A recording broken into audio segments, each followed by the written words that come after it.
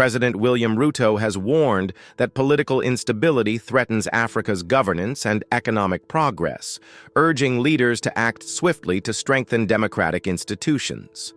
Speaking at the African Union Summit in Addis Ababa, he stressed the importance of safeguarding governance reforms for long-term stability and crisis prevention.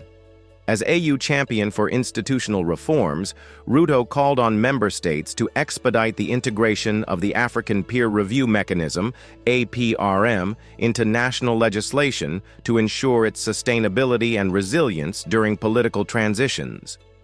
Ruto highlighted Kenya's leadership in governance reforms, noting the country was the first to voluntarily undergo a second APRM review, demonstrating its commitment to accountability and transparency since the 2010 Constitution redefined governance through devolution. Despite challenges such as terrorism, droughts, and the pandemic, Ruto pointed to Kenya's progress in governance, economic growth, and inclusivity, including strengthening devolution and promoting peace-building, anti-corruption, and economic participation for women and youth. He called for continued support from development partners and urged a targeted review of youth issues and devolution by the APRM Continental Secretariat.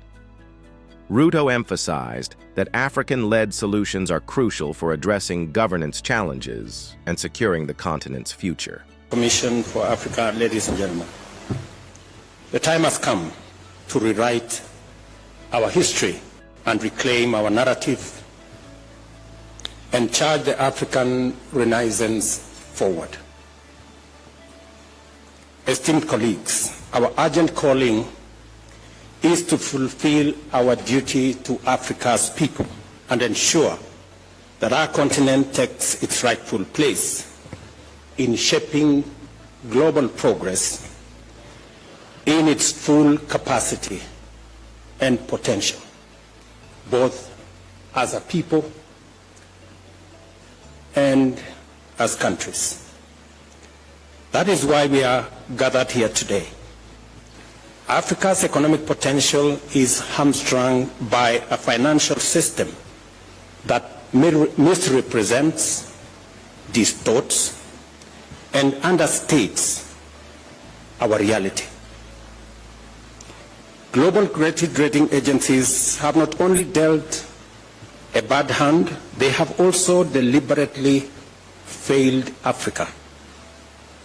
They rely on flawed models, distorted and outdated assumptions, and systemic bias, painting an unfair picture of our economies and leading to distorted ratings, exaggerated risks, and unjustifiably high borrowing costs.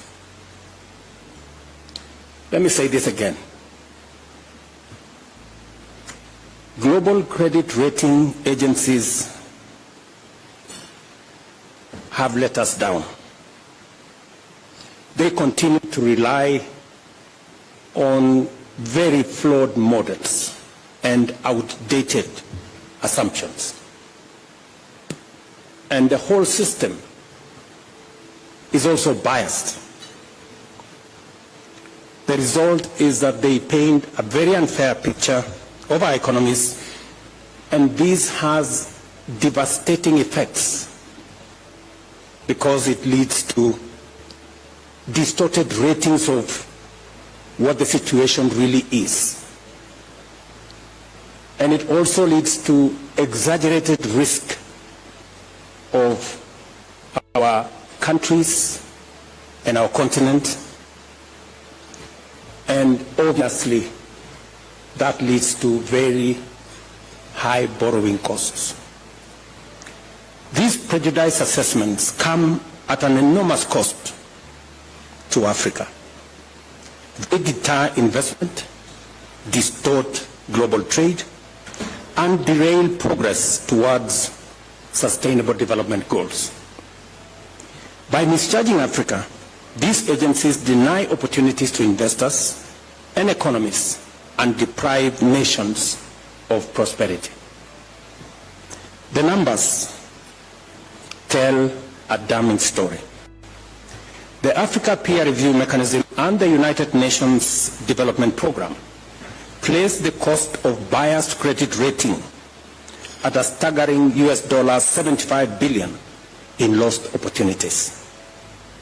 In a continent abundant with natural wealth, vast arable land, billions in diaspora remittances, and the world's largest carbon sinks, credit rating agencies have delivered 94% of all downgrades in the past decade, while arbitrarily designating only 2 African nations as investment grade. We must be bold and call this for what it is: a financial straitjacket imposed on Africa. A system that punishes our economies while rewarding others, even when the fundamentals are comparable, in some cases even better. Excellencies, the foundations of global finance are supposed to be anchored on principles of fairness, transparency, and merit. Yet, these principles are disregarded when it applies to Africa. Africa will no longer accept to be misjudged by scales that overlook our reality. The winds of change are blowing, and our march forward is as unstoppable as it is relentless. An African credit rating agency is not just an alternative. It is, in my opinion, an imperative. This agency must be globally credible and backed by rigorous, credible data and driven by high reporting standards.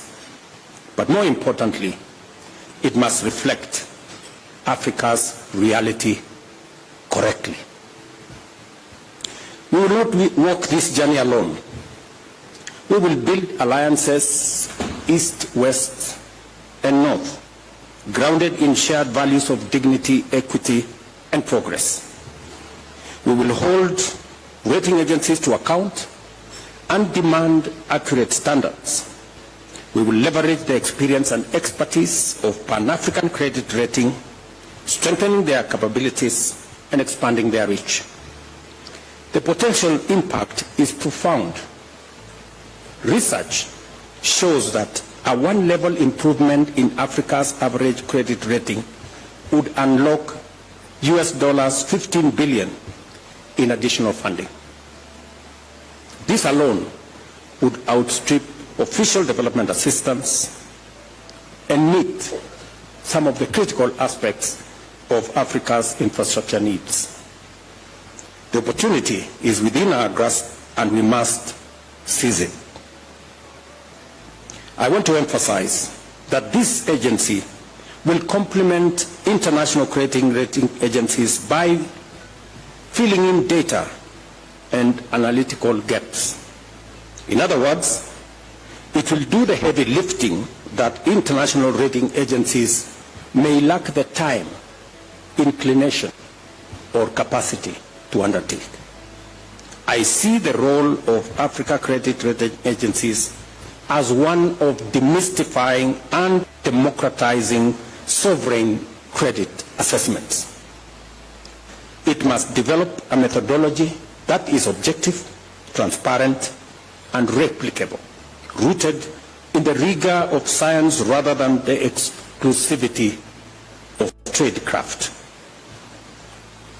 Let me commend the United Nations Development Program and AfriCatalyst for stepping forward to support African nations in strengthening their credit worthiness. This is the kind of partnership that we need, rooted in action. I leave you with the words of African Development Bank President Akiwumi Adesina, and I quote, "The perception of risk is not the reality of risk." Wrong scales will always give wrong weights. End of quote.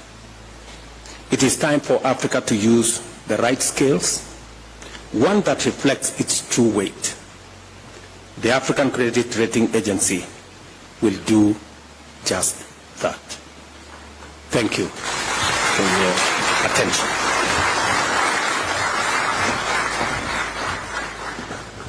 Thank you very much, Your Excellency, on your call for Africa to rewrite its history